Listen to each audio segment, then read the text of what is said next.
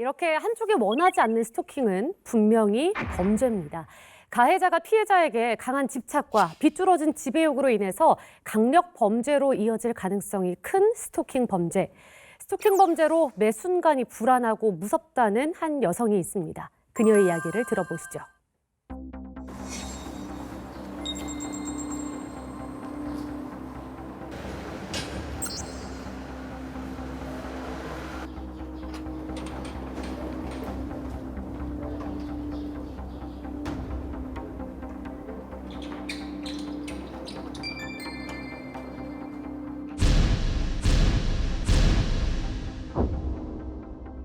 제발 마음 편히 살고 싶어요. 매 순간이 불안하고 무서워서 아무것도 할 수가 없어요.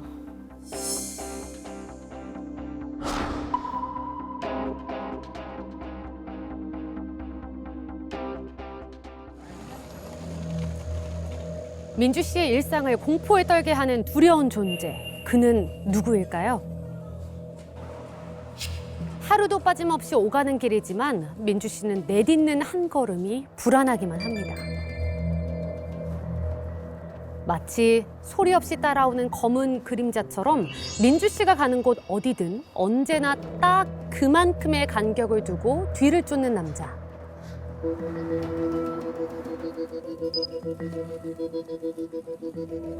민주 씨의 집, 비밀번호를 누르는 것조차도 누가 볼세라 불안하기만 한데요.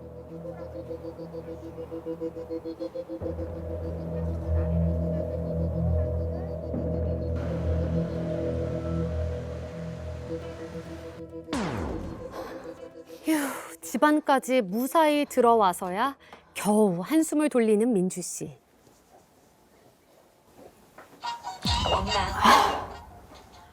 벨소리에 또 한 번 가슴이 철렁. 다행히 어머니의 전화입니다. 엄마. 나 잘 들어왔어. 너 괜찮아? 별일 없었어. 주위 둘러봤는데 아무도 없었고. 엊그저께도 또 한 번 난리 피웠다며? 엄마가 올라갈까? 엄마가 뭐 오시려고 그래. 나 괜찮아. 화날 때 다니려고 일부러 낮에 끝나는 알바만 가는 거란 말이야. 응, 걱정 마셔. 됐어. 뭐 오빠한테 오라 그래. 걱정하지 말고 엄마도 잘 지내고 있고 나 잘 있으니까. 엄마 끊어.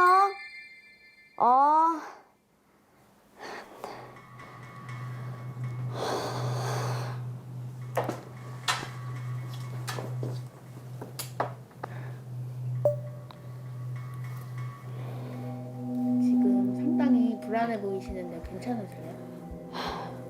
뉴스에서 스토킹 얘기만 나오면 온몸에 소름이 돋아요. 꼭 내가 저렇게 될 것만 같고요. 너무 무섭고 불안해서 일상생활을 할 수가 없을 정도예요. 최근엔 상담도 받고 약도 먹었는데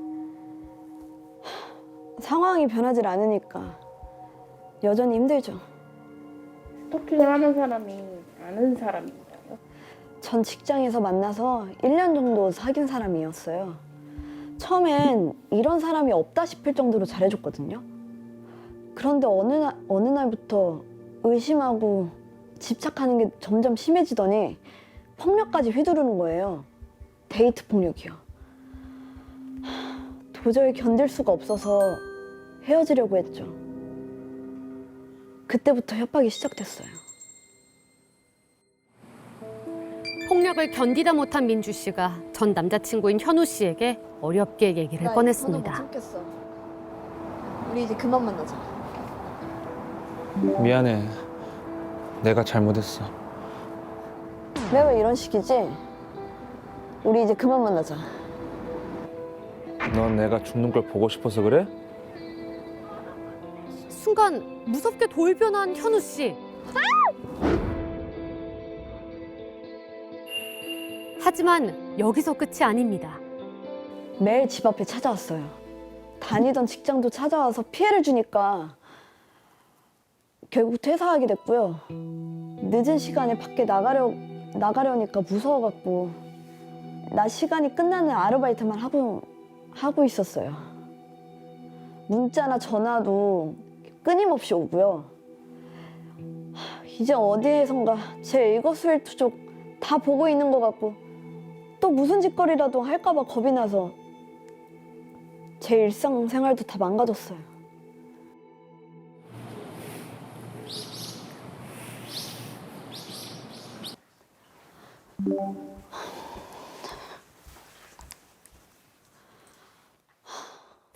끔찍한 공포는 집안에서도 마찬가지였는데요.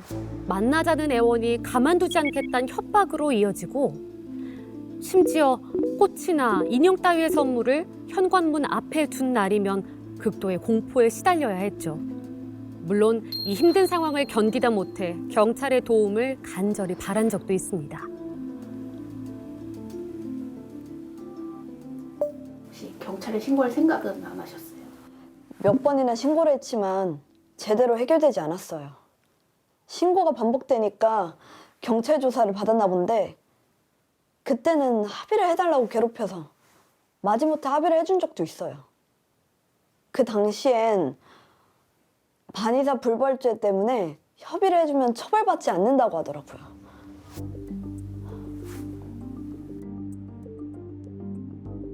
지금 이 고통이 끝나는 날, 민주 씨에게 정말 그런 날이 올까요?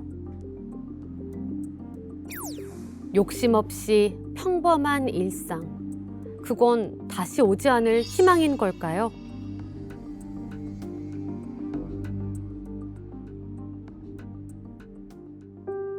제발 마음 편히 살고 싶어요. 매 순간이 불안하고 무서워서 아무것도 할 수가 없어요. 제 인생에서 사라져버린 미래, 희망 이런 단어를 다시 찾고 싶어요. 아직도 끝나지 않는 공포 속에서 살고 계신가요? 스토킹은 누군가의 삶을 담보로 한 지독한 범죄입니다. 당신을 지켜줄 누군가에게 지금 바로 도움을 요청하세요. 네, 영상으로 만나본 민주 씨의 경우 전 남자친구에게 이렇게 스토킹을 당하고 있습니다. 이 스토킹을 하는 스토커의 특징이 있다고요? 스토킹의 정의와 특성을 한마디로 단정 지을 수는 없습니다.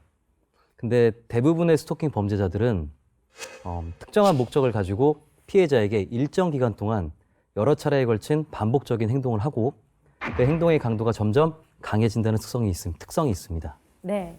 스토킹을 당하는 민주 씨는 경찰에 신고를 했는데 합의를 해달라고 또 전 남자친구가 괴롭힘을 행사했죠. 결국 마음에 없는 합의를 하고 말았습니다. 합의를 하면 처벌을 안 받게 되는 건가요? 안타깝게도 현재는 그렇습니다. 이처럼 반의사 불벌죄라고 하는데요. 이런 거를 상대방의 피해자의 의사에 반해서는 네. 벌하지 않는다는 취지입니다. 네. 그래서 피해자가 가해자의 처벌을 원하지 않으면 형사처벌할 수 없게 규정을 해놓은 건데요.